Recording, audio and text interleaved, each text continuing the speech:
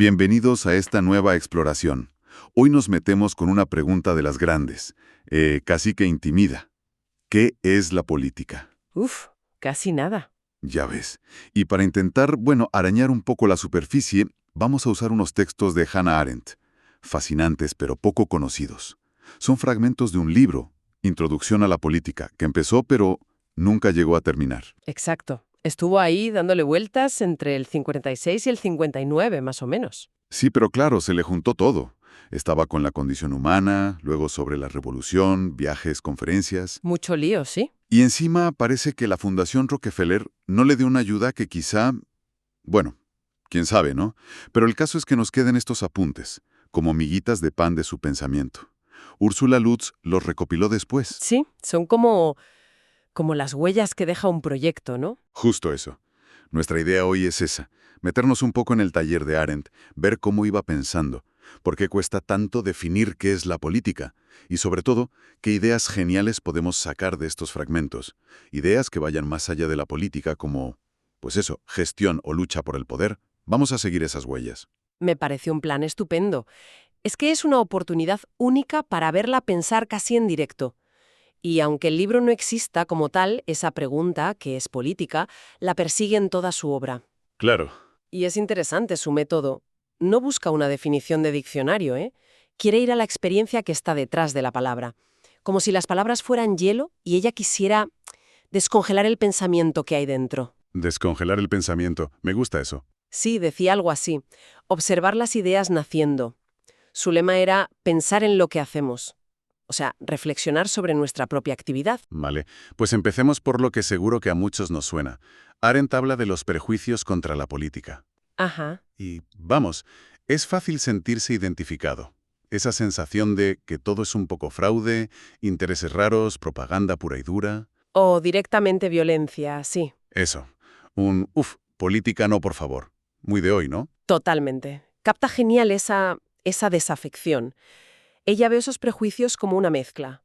Un poco desconfianza moderna y a veces ecos de juicios antiguos que igual tenían sentido, pero ya no. Y menciona también el miedo este del siglo XX, ¿no? Con la bomba atómica y tal. El miedo a que la política, en vez de arreglar las cosas, nos destruya. Exacto. Que en lugar de ser la solución, sea el problema final. Un miedo muy presente en su época, y bueno, quizá hoy también. Pero entonces, si todo eso son prejuicios, ¿cuál es la alternativa? ¿Qué es la política para ella, en el fondo? Su significado más profundo es la libertad. ¿La libertad? La libertad. Y esto, claro, choca frontalmente con casi toda la tradición, que siempre ha visto a la política como una necesidad. Claro, necesaria para vivir juntos, para la seguridad, lo típico. Eso es, una necesidad, pero no un espacio de libertad en sí mismo. Arendt dice que no, que el sentido último es la libertad. O sea, espera, a ver si lo pillo. No es que hacemos política para luego ser libres, sino que el hecho mismo de hacer política, de participar, es ser libre. Precisamente, ahí está la clave. No es un medio para un fin que está fuera. La libertad, para Arendt, está dentro de la acción política auténtica. Son casi la misma cosa. Vaya, eso sí que es darle la vuelta. Totalmente. Y para ilustrarlo, aunque ella siempre advertía que no era un modelo a copiar sin más, miraba a la polis griega.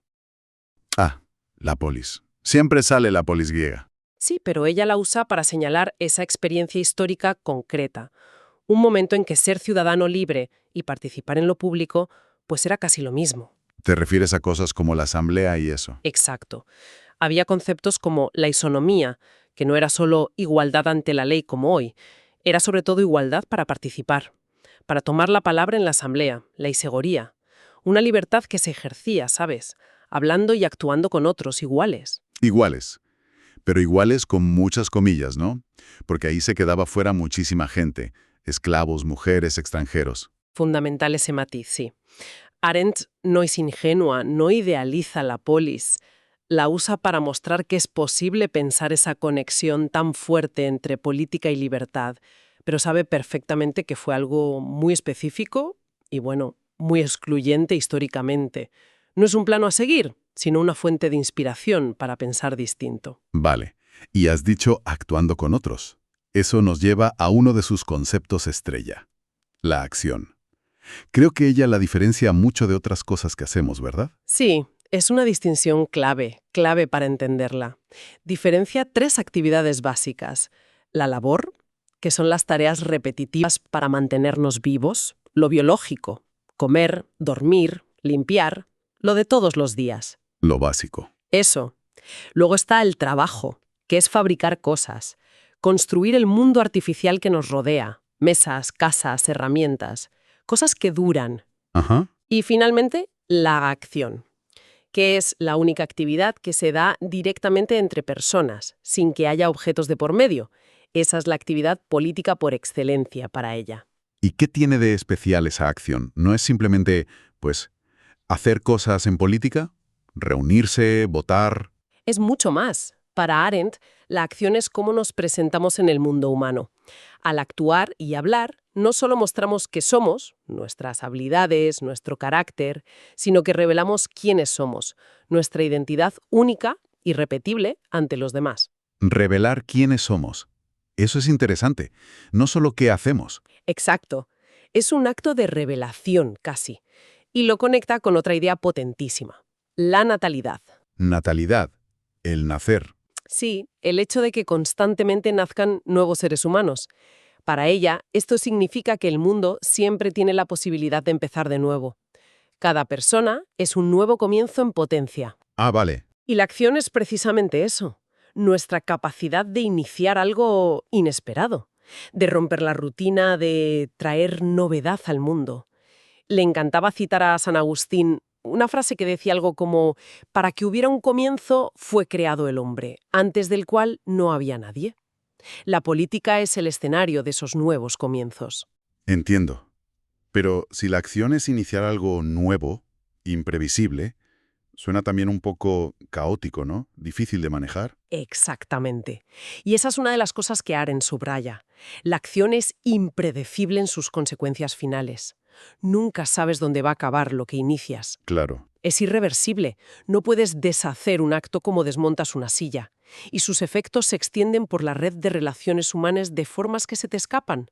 Es una actividad muy, muy frágil. Ya, eso choca frontalmente con la obsesión moderna por controlarlo todo en política, ¿no? La planificación, los resultados medibles. Totalmente. La visión de Arendt es casi lo contrario. Acepta esa fragilidad, esa impredecibilidad, como parte esencial de lo político. Y si no recuerdo mal, para ella, esta acción no es muda, necesita la palabra. Indispensable. La acción necesita la palabra, la lexis griega, para ser política de verdad. Hablando es cómo compartimos nuestras visiones del mundo, cómo hacemos que el mundo sea común, aunque cada uno lo vea desde su esquina. Nos conecta y nos diferencia a la vez, ¿sería eso? Exacto. La palabra permite eso. Y además, siempre actuamos en un mundo que ya existe, ¿no? Con sus historias, sus relaciones. No partimos de cero nunca. Vale, entonces, acción como inicio, como revelación del quién, siempre con otros, a través de la palabra. Pero, ¿dónde pasa todo esto? ¿Hay un sitio para esta política tan arendtiana? Y ojo, no es necesariamente un edificio, ¿eh? Puede ser una plaza, sí, pero es más bien el espacio entre las personas. El espacio entre. ¿Cómo es eso? Es ese espacio intangible que surge cuando la gente se reúne, cuando se juntan para actuar y hablar de cosas comunes. Es lo que nos une, pero también lo que asegura que no nos mezclemos del todo, que cada uno siga siendo uno mismo. Nos une y nos separa a la vez. Un espacio entre nosotros. Me gusta la imagen. Y la condición para que exista ese espacio, la condición número 1, es la pluralidad. La pluralidad. Que somos muchos y distintos. Exacto. El hecho simple pero radical de que no somos fotocopias, somos únicos, diversos, no nos pueden reducir a una sola cosa. Somos alguien, no algo. Y por eso Arendt critica tanto los modelos que intentan borrar esa pluralidad. ¿Cómo cuáles? Pues como intentar aplicar el modelo de la familia a la política. En la familia se espera unidad, obediencia. Eso en política es peligroso para ella.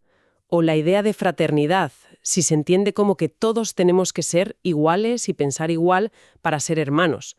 La política, dice, necesita la diferencia, la distinción. Entiendo. Y dentro de esa esfera plural, ¿qué pasa con la igualdad? Antes mencionaste la isonomía griega. Es una igualdad política, no natural. Por naturaleza somos distintos, obviamente. Pero podemos crear políticamente una igualdad. ¿Cómo? a través de las leyes. Leyes que nos hacen iguales ante la ley, ¿no? Sí, pero para Arendt, idealmente son leyes que nos permiten actuar juntos como iguales en lo público, pero protegiendo nuestra distinción.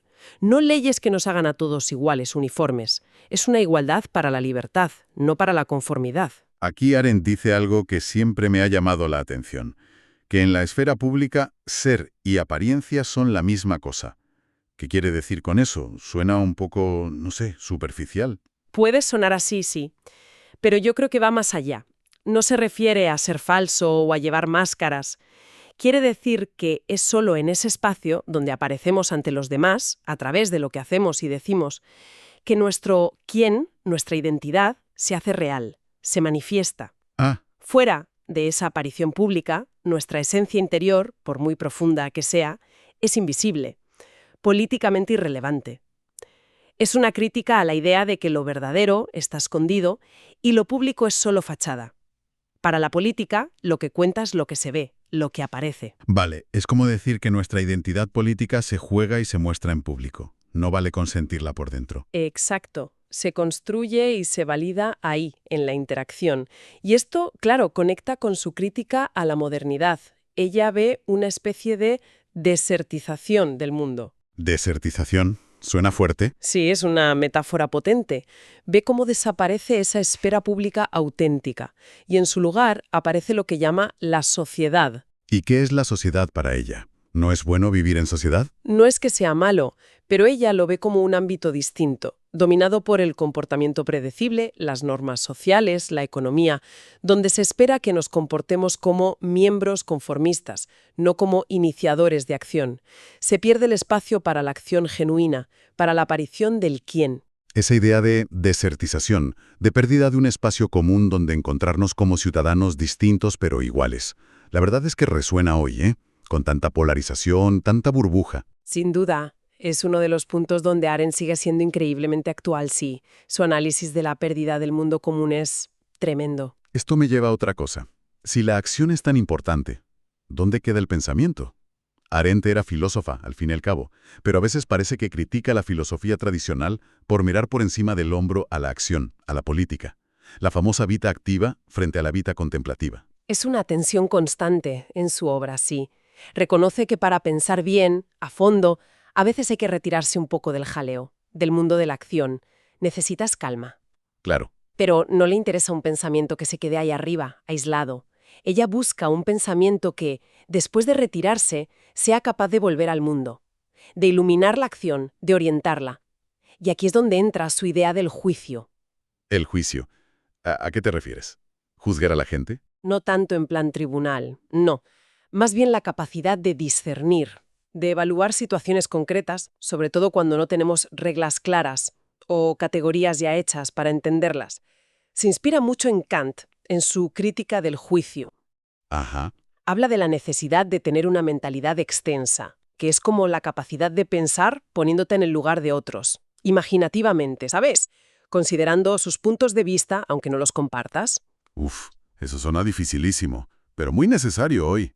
Vivimos en un mundo súper complejo, con crisis nuevas. Las recetas viejas no siempre sirven. Pero ¿cómo se aprende eso? ¿A juzgar sin chuleta? Arendt no da una fórmula mágica, claro, pero sugiere que tiene que ver con la imparcialidad. Y ojo, no es ser indiferente, no es objetividad fría. Es más bien un compromiso activo por intentar ver la realidad desde todos los ángulos posibles. Como intentar ser justo. Algo así.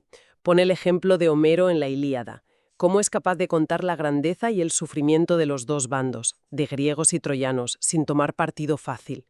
Para ella, la comprensión no es llegar a la respuesta final y cerrar el tema, es un esfuerzo continuo, interminable, ¿Un esfuerzo para qué? para reconciliarnos con la realidad, para encontrarle sentido, aunque sea difícil, para intentar estar en armonía con el mundo que compartimos, con todo lo complicado y doloroso que pueda ser.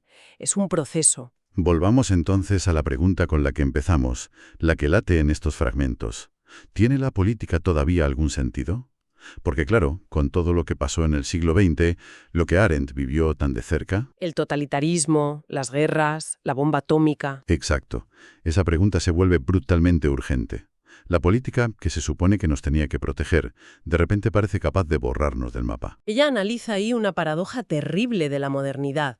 Por un lado, se intentó quitar la violencia de la vida social normal, ¿no? Que no nos matáramos por la calle. Sí, más o menos se consiguió. Pero esa violencia no desapareció, se concentró. ¿Y de qué manera? Se concentró en manos del Estado y se fusionó con el poder político creciendo exponencialmente. O sea, menos violencia entre nosotros, pero mucha más en manos del Estado. Exacto. Y cuando la política se entiende solo como un medio para proteger la vida o para la seguridad, fines que están fuera de la política misma, pero resulta que esos medios, el poder del Estado, la tecnología militar, pueden destruir todo, pues la política entra en una crisis de sentido total. Los medios amenazan con destruir el fin. Entiendo. Entonces, el desafío que nos lanza Arendt, si te sigo bien, es repensar la política desde la raíz.